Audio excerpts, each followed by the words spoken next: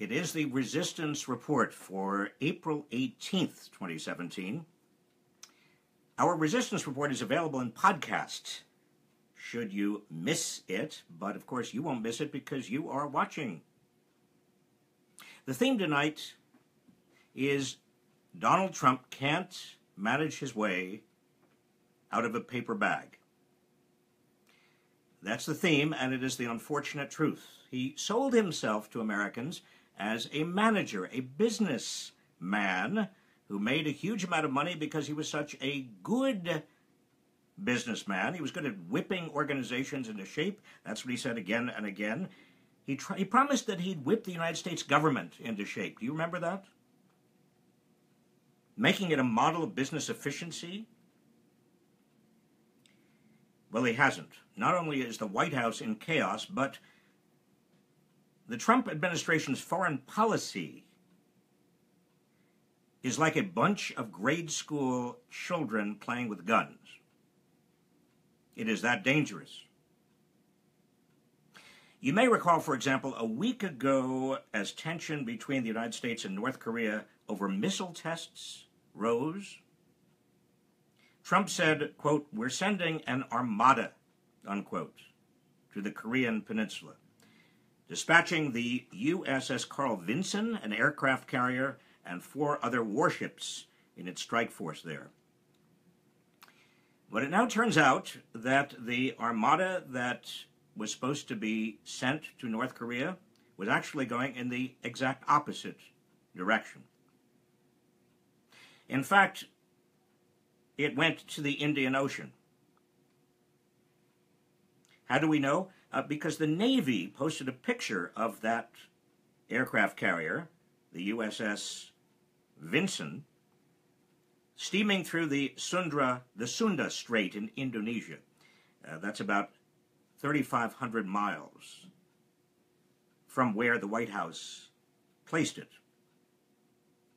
Now, how could this have happened? White House officials blame the Defense Department, and officials at the Defense Department, they say it was just glitches, just a glitch-ridden sequence of events from a premature announcement of the deployments by the military's Pacific Command to an erroneous explanation by the Defense Secretary. Friends, this is not reassuring. You really don't want to lose battleships. Can I just say that kind of the first principle of being commander-in-chief? Don't lose your ships, your battleships, your aircraft carriers. Don't lose sight of them. You don't also want a breakdown in communications between the Defense Department and the commander-in-chief. That's the second basic principle of managing a military. Now, think just, for example, what might have happened if North Korea, unsure how to respond to Trump's tough rhetoric, actually decided to start a war, and the Vinson, that ship that we were relying on, was 3,500 miles away. We're not playing here, all right? This resistance report is not about partisanship. It's about what you and I and other Americans, left or right, conservative, liberal, Democrat, or Republican, need to be concerned about in this administration. Here's another example of botched communication. Just yesterday, the State Department expressed concerns about the apparently tainted referendum process that handed Turkish President Erdogan sweeping new powers. But at the same time as the State Department was expressing concern about that tainted process, moving Erdogan into almost a kind of dictatorship, what was Trump doing? He was calling Erdogan on the phone and offering what appeared to be unambiguous congratulations on the result, with absolutely no statement, no concern, no expression of concern about electoral legitimacy or worries about Erdogan's increasingly repressive governance. Now, this either is a matter of the State Department and the White House not communicating, or there might be perhaps another motive here, maybe another explanation, and that is that in April 2012, Erdogan, the Turkish president, joined the Trump family at the opening of Trump Towers, Istanbul. Trump is not and was never a management expert. You got to get this very, very clear. He's not managing the United States government. He's an expert at making money. The difference is becoming painfully clear.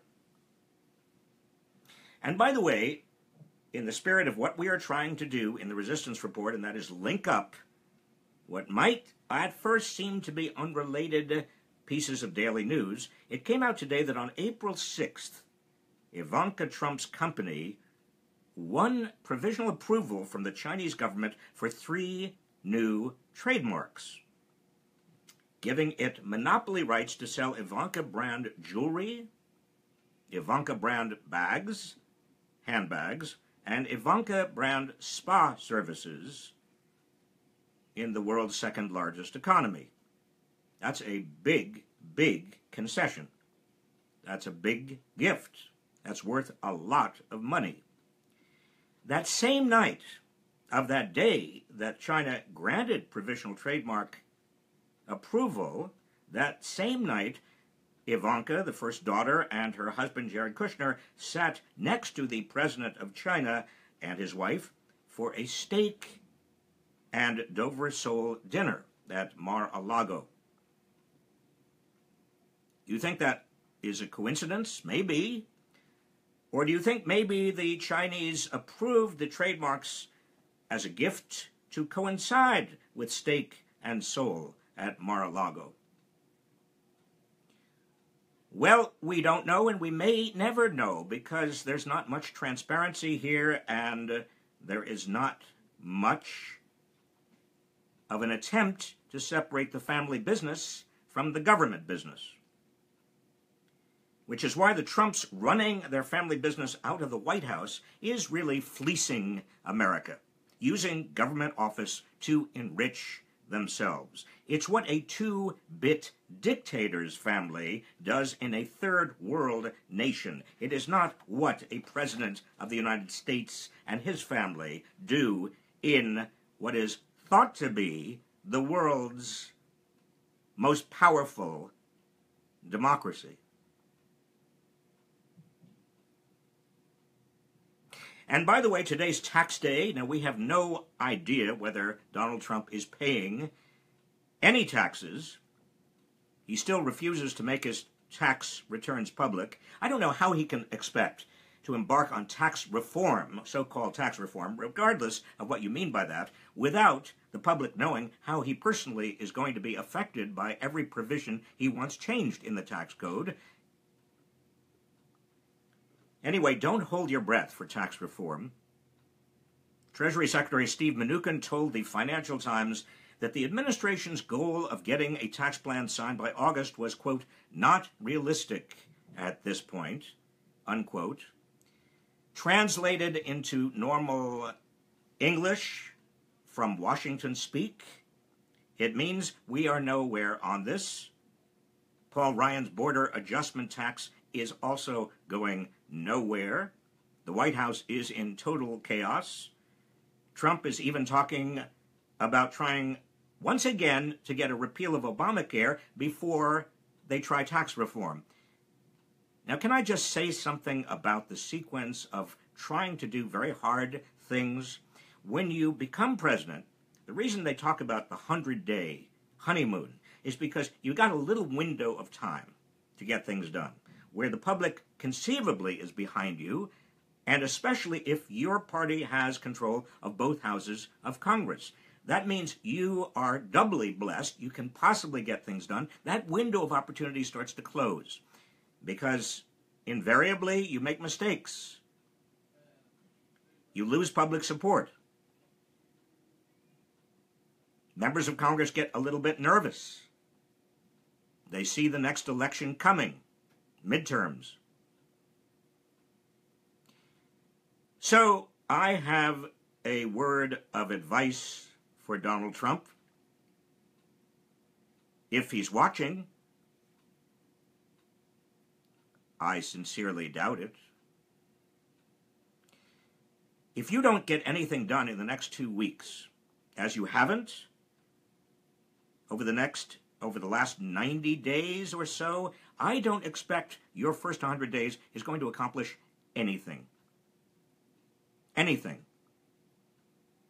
Except some of the crueler things that you've done to undocumented people here in the United States. I'll get to that in a moment. I just want to finish on tax day. One other thing. Trump is proposing, now again, nothing is going to happen, but he's proposing a 14% cut in the IRS's budget next year, the Internal Revenue Service. This is incredibly dumb. I mean, really dumb, for at least 4 reasons. Number one, it's not going to save money. To the contrary, this move worsens the federal budget deficit because every dollar spent by the IRS to collect taxes generates $4 in unpaid taxes. Do you get it? So if you are reducing the IRS budget and have fewer enforcement dollars, that means on the scale of and a schedule of $1 spent for enforcement brings in $4 of unpaid taxes, you are losing ground very, very rapidly. This also worsens the federal budget deficit. The current estimate of unpaid taxes per year is almost as large as the federal government's annual budget deficits. That's big money. And most of that big money is coming, or would come, if you enforce the law, from very wealthy people like Donald Trump. Since most IRS audits are of high income and wealthy people, the real beneficiaries of Trump's move to cut back on IRS enforcement are the wealthy, more of whom will be able to skirt their duty to pay taxes, like presumably Donald Trump. And finally, the IRS is already understaffed. The number of individual tax return audits fell last year to its lowest level since 2004. And enforcement levels are already down nearly 30% since 2010. Happy Tax Day. Oh, on the same theme of Trump not being able to manage his way out of a paper bag, you can forget Trump's pledge to protect from deportation undocumented immigrants brought to the United States as children. Now, I am privileged here at the University of California, Berkeley, to teach wonderful, wonderful undergraduates. A number of them every year are children of undocumented people who came to the United States when they were very, very young. Today, immigration officials arrested and are deporting back to Mexico a man named Juan Manuel Montes. He's 23 years old. He has lived in the United States since he was 9 years old. He was not engaged in any particular criminal act when they picked him up. He had just grabbed a bite to eat and was waiting for a ride when U.S. Customs and Border Protection people approached and started asking him questions. Now, Montes, this is what you need to know. Montes was twice granted deportation protection under the Deferred Action for Childhood Arrivals. That's the DACA program created by President Obama. He thereby becomes, Montes, the first undocumented immigrant with active DACA status deported by the Trump administration's stepped-up deportation policy.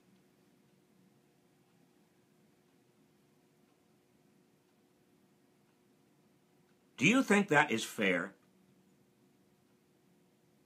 Do you think that's wise? Is that how we want to treat people who came to the United States when they were children, infants?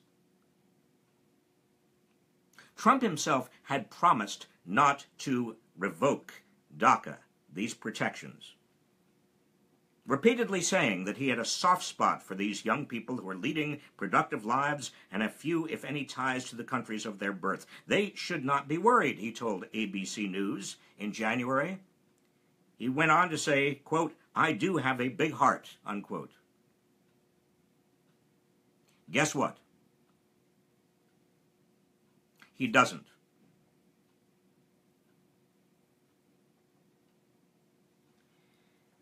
Finally, today in Georgia's 6th congressional district, Republican voters are deciding, and I say Republican voters because almost all of the voters in that 6th congressional district are Republican. They're deciding whether to send Democrat Jon Ossoff to Washington. It is still possible. We don't have the returns yet. But it turns out that yesterday, voting machines from that district were reported stolen. Georgia's Republican Secretary of State, Brian Kemp, says he's opened an investigation and he's taken steps to ensure that the stolen machines have no effect on the election. I don't know how stolen machines cannot have an effect on an election. Another reason to be concerned is that all the voting machines in that district, whether they were stolen or not, are Diebold AccuVote TS models. Do you know about Diebold AccuVote TS models? Of all of the models of voting machines around the country today, Diebold AccuVote TS models have been described as the worst, remote hackable, no paper trail, the most unreliable. So let's just keep our fingers crossed that we have a democratic system and a democratic vote, small d. I'd like large D as well, but let's just say small d. I'd settle for small d democratic in the 6th district of Georgia. And now your questions. Deb Moran. In June, the FBI will have been investigating Trump for a year. What could be taking so long? Deb, I do not know. You'll have to ask James Comey.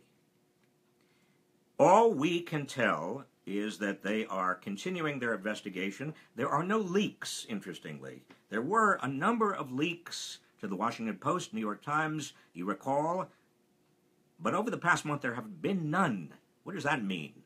Well, from my Washington days, I can tell you that no leaks means usually either no news, or it means that investigative reporters who were the recipients of the leaks are sitting on a very, very large story and just waiting for one or two more pieces of information, and then it will be front page, big headline news. We don't know. Lori Cameron, are we normalizing corruption by not having started impeachment proceedings? Will Trump did it become a legal defense in the future? Lori, I do believe that there is a certain normalization going on of Donald Trump these days. I read in yesterday's Washington Post a particular reporter saying that Donald Trump was becoming mainstream now. Mainstream. He was mirroring mainstream Republicans and mainstream Democrats. I thought to myself, mainstream Republicans and mainstream Democrats as well, even though Donald Trump does display all the characteristics of fundamental corruption, does that mean mainstream Democrats and mainstream Republicans are corrupt as well? It is very dangerous to normalize what's going on. There is a huge temptation to do so, however, because not normalizing is pretty frightening. So there's a natural human tendency on all our parts to want to just pretend that Donald Trump is maybe a little strange, but on the continuum of normal presidents. Maybe a little bit far out, but we can live with him. That's what we want to believe. But you know as well as I do, that's not true. and that normalizing him is itself dangerous. Not only does it risk that we are lowering the bar dramatically for all future office holders, all future presidents, but it also risks that we miss big issues, big news, that we, in effect, accept corruption. Elaine Sanchez, is there a limit to the number of executive orders a president can sign and put into action? Elaine, there is not. The good news, though, is that most of Trump's executive orders, apart from the Muslim travel ban and what he has done to unauthorized or undocumented immigrants in the United States, everything else is a request to agencies or departments to move in a certain direction. He cannot order an agency or a department to repeal a regulation, for example.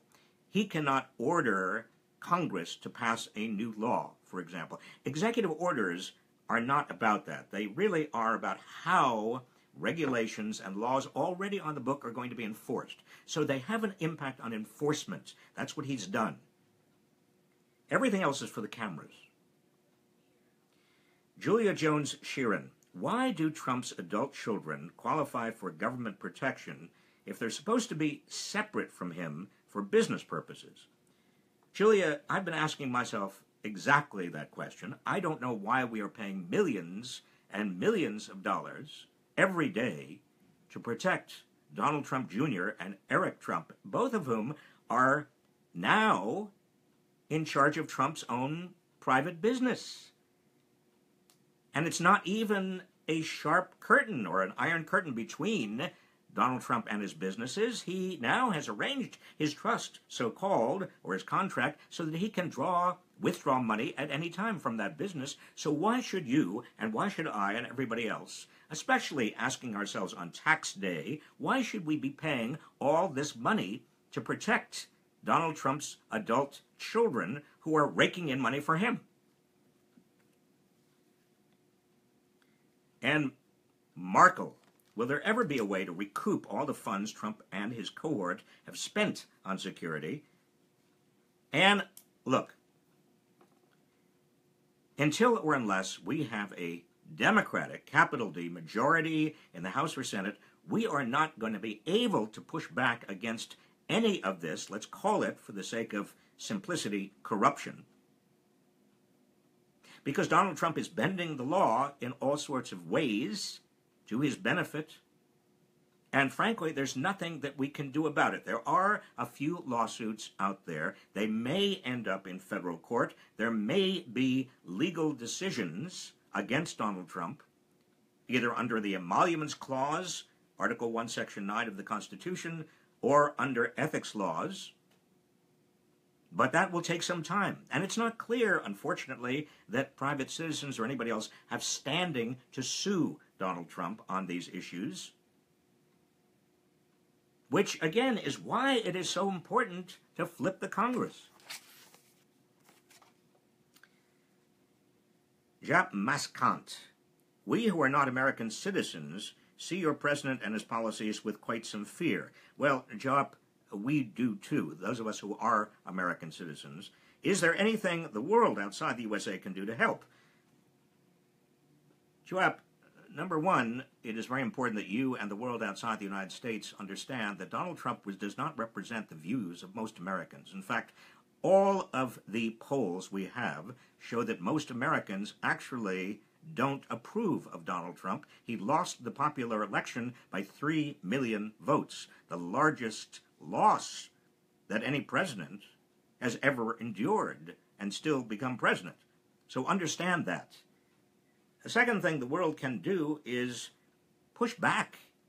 If you think that there is some policy that is unjust, inhumane, violates the Geneva Accords, whatever it is, speak up.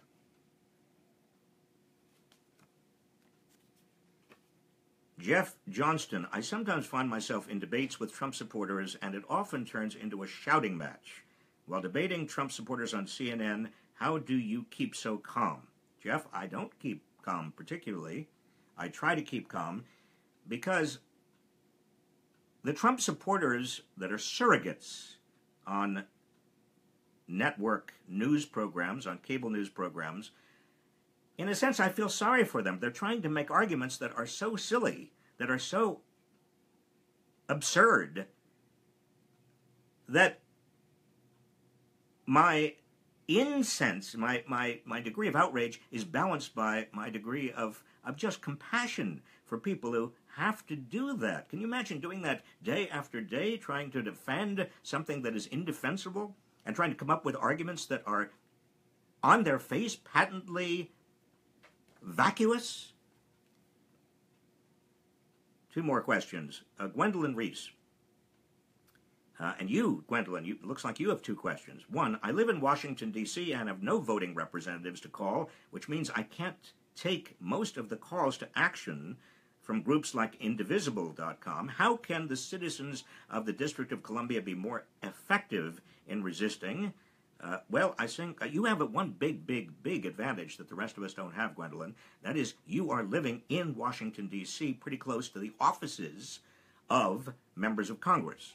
Now, there is no law that says you cannot go and either demonstrate or make an appointment with or join others to march around or in the Capitol or put pressure on members of Congress who you might see. So you have that big advantage. You also ask, do you have any advice for federal employees who don't want to run afoul of the Hatch Act?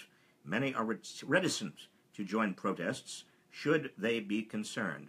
No, Gwendolyn. The Hatch Act does inhibit active political participation in terms of giving money to candidates and speaking at official forums, but it does not eliminate your First Amendment rights as a citizen, or the First Amendment rights of any government employee as a citizen to express their political views, their private political views. And this is the last question from John Nord. With our ridiculous 24-hour news cycle, how do we focus people's attention toward our ultimate goal, which I assume should be the removal of President Trump and his disastrous policies? John, very, very good and important question. What worries me a bit is that this has been going on now, the Trump presidency, for a long time. It is going to be 100 days pretty soon. For many of you, and certainly for me, it feels like this has been going on for years. And not only are we tempted to normalize Donald Trump, as I said before, but we are also exhausted, many of us. It's hard to keep up this degree of outrage without becoming numb. And outrage numbness is the first cousin to cynicism and to passivity.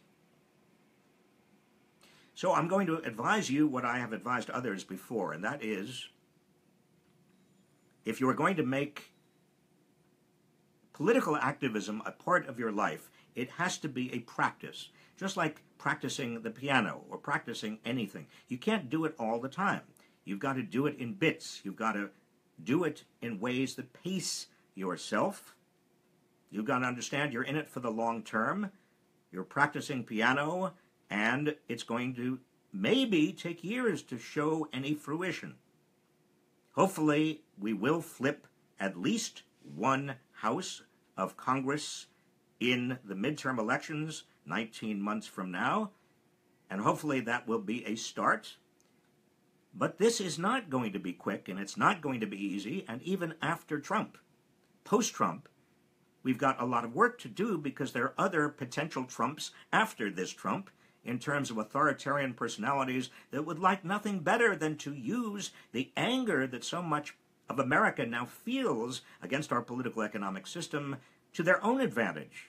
Scapegoat immigrants or Muslims or African Americans or any other group and build their power base through scapegoating. So what we need to do is not only get rid of Donald Trump as president, but also have the patience and fortitude to change our political economic system so that fewer people feel that the game is rigged against them. In fact, so that the game is no longer rigged against anybody, so that we feel it's fair. Do you understand? This is a long-term proposition. It is, in many senses, a lifelong proposition. Practice will not make it perfect, but practice and working with and through others, very important, will improve your game. Let me just mention again some of these groups available on the internet, indivisibleguide.com, hugely important in terms of what you can do, how you can be effective. Swingleft.org, also very helpful for where you can be effective. Sisterdistrict.com, just building now. It will be a very important tool. And finally, runforsomething.net. Runforsomething.net, inviting you to actually get directly involved in the political process.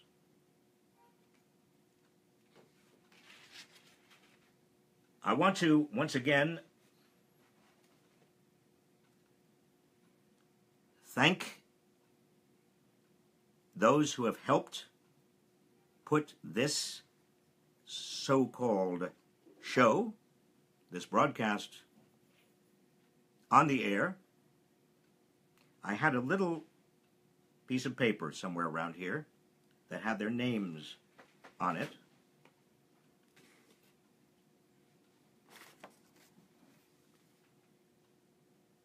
Yael Bridge, our producer, and I'm going to pronounce her name correctly, Sasha Lightman, as associate producer. And I want to thank you also for your activism, your patience. Please spread word of this podcast. Please spread word of our nightly resistance report. Please also keep the faith. Continue doing what you're doing. That's the end of the resistance report tonight. I'll see you tomorrow.